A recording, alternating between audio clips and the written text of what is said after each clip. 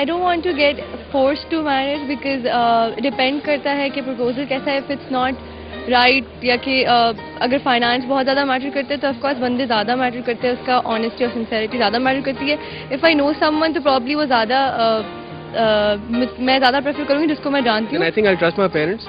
और जो चीज़ें जो है शादी के बाद प्रॉब्लम क्रिएट करेंगी उस चीज़ को जो है मैं सही करने की कोशिश करूँगा. बिकॉज एक ऐसी चीज़ है जिसके अंदर I have already put my hand in, और मैं पूरी कोशिश करूंगा कि उस शादी को सक्सेसफुल बनाया जाए. जो पेरेंट्स होते हैं कभी गलत डिसीजन नहीं लेते, स्पेशली आपके लिए, बिकॉज कोई भी पेरेंट होगा वो कभी नहीं चाहेगा कि उसकी लड़की दुखी हो या आगे चल के प्रॉब्लम्स फेस करे. बट हाँ, हमारे यहाँ आजकल जो कल्चर हो रहा है, आई डोंट नो, शायद मीडिया की वजह से या बहुत पोस्ट कल्चर, वेस्टर्न कल्चर जो फॉलो हो रहा है, उसमें ये होता है कि लड़कियां अक्सर अपने ट्रैक से हट जाती हैं और कुछ ना कुछ गलत करके बैठती हैं, जिनकी वजह से उनके पेरेंट्स को थोड़े से स्ट्रिक्ट डिसीजंस लेने पड़ते हैं. मेरा यही है कि मैं उनको समझाने की कोशिश करूंगा कि आपने मुझे सारी जिंदगी पढ़ाया, लिखाया, समझाया, आपने मेरी तरबियत की, तो अब जब मोस्ट इंपॉर्टेंट डिसीजन मेरे बनाने की आई है तो why am I not being allowed to make the most important decision based on आपने जो मुझे सारी जिंदगी सिखाया है और सारी जिंदगी समझाया है.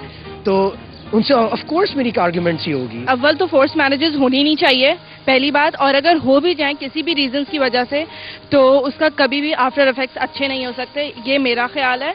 बिकॉज अगर फोर्स मैरिज होगी और इन दी एंड उसका रिजल्ट अच्छा नहीं होता तो इंसान तो हमेशा अपने माँ बाप को इस चीज़ का कसूरवार ठहराएगा ना कि उनकी वजह से हमारा हमारा ये हाल हुआ. अगर फोर्स मैरिज हो जाए तो कॉन्सिक्वेंसेज जारी बात है. If you do not have sufficient finances तो आप कैसे सपोर्ट करेंगे अपनी लाइफ को, और फिर जितने जो एम्स हैं वो बिल्कुल ही खत्म हो जाएंगे आदमी के, बिल्कुल ही लाइफ चेंज हो जाएगी, पैटर्न चेंज हो जाएगा. फोर्स मैरिज के मैं टोटली अगेंस्ट हूँ. बिकॉज अगर सपोज फोर्स मैरिज ठीक है पेरेंट्स करवा भी देते हैं, उसके बाद a girl can never be happy. मेरे पेरेंट्स अगर मेरी फोर्स मैरिज करवा भी देते हैं तो मैं अपनी तरफ से तो पूरी कोशिश करूंगा उसको खुश रखने की, बट शादी इतनी अच्छी नहीं चल सकेगी. बिकॉज रैशनली और प्रैक्टिकली दोनों का इक्वल इंटरेक्शन होना चाहिए शादी में और इक्वल इनपुट होना चाहिए. अगर इस तरह की ज़बरदस्ती शादियाँ होती हैं तो वो नाकाम हो जाती हैं बहुत जल्दी, क्योंकि टॉलरेंस लेवल कम हो जाता है और इंसान एक दूसरे को समझने के लिए बिल्कुल हाथ पांव छोड़ देते हैं और कोई अंडरस्टैंडिंग का लेवल नहीं होता. इस्लाम में भी आपको हक मिलता है कि आप अपना खुद ही साथी ढूंढें और आपको ये भी हक मिलता है कि आप अपना रास्ता जिंदगी में खुद बनाएं. We stand against force marriages because आजकल बहुत देखा जाता है कि लड़कियों की बहुत जल्दी मैरिजेस हो जाती हैं, अर्ली मैरिजेस हो जाती हैं, यंग एज में हो जाती हैं, which is not good because then it is about the family and the family that the girl और the woman of the family is nurturing. Force marriages से ना तो लड़की खुश रहेगी, ना लड़का खुश रहेगा, ना family. Basically essentially it's destroying the entire खानदान of the girl. Once again welcome back. आपने देखा आज की नस्ल के वो कमेंट्स जो फोर्स्ड मैरिज या ऐसी शादियां जो हमारे घरों में आम तौर पर होती हैं, वालिदैन की मर्जी से, बुजुर्गों की मर्जी से और फिर बच्चे को शामिल किया जाता है. अगर हम इसको थोड़ा सा चीज़ को ऑपोजिट ले जाएं कि बच्चे की मर्जी और फिर उसके बाद वालिदैन और घर वालों को शामिल किया जाए तो ये कैसी प्रैक्टिस रहेगी.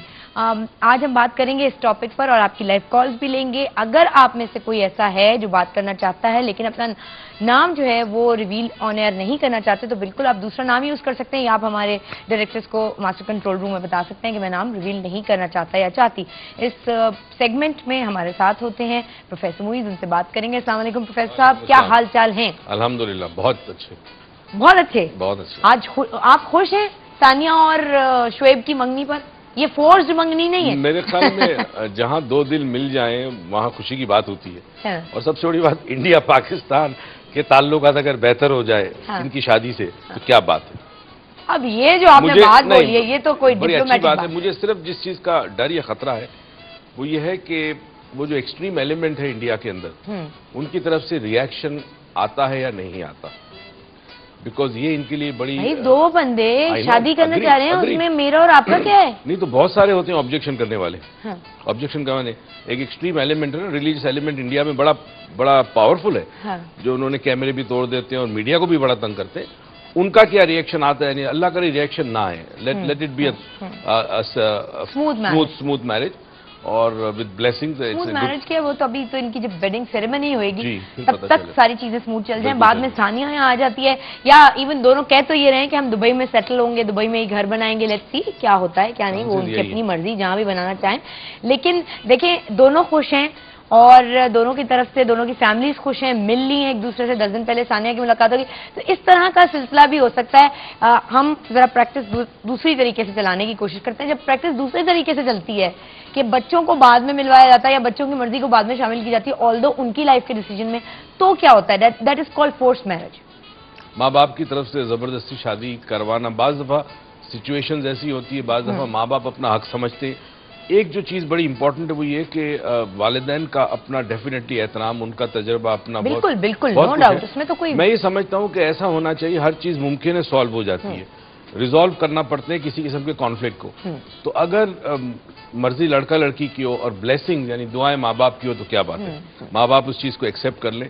और हम कोशिश करेंगे इस प्रोग्राम के तवस्सुल से ये बात वालिदैन तक पहुंचाने की कि उन्हें क्या करना चाहिए। मैं यही कह रही थी प्रोफेसर साहब सुबह को कि यार जरूरी थोड़ी है कि हमारे छोटे हमेशा गलती करें और वो ये बड़े ये एक्सपेक्ट करें कि हम सॉरी करें। बिल्कुल सही बात है, करनी चाहिए, लेकिन सॉरी करने के लिए किसी खास एज की या जूनियर या सीनियर होने का होना जरूरी नहीं है। बिल्कुल, आप किसी वक्त भी कह सकते हैं। अगर आपको लगता है कि आपको अपना रवैया थोड़ा सा चेंज करना चाहिए या अपनी अप्रोच चेंज करनी चाहिए, तो वो तो जिंदगी में किसी भी वक्त हो सकती है यार। वो तो आप रिटायरमेंट के बाद भी कर सकते हैं और अपनी प्रैक्टिकल लाइफ शुरू करने से पहले भी कर सकते हैं।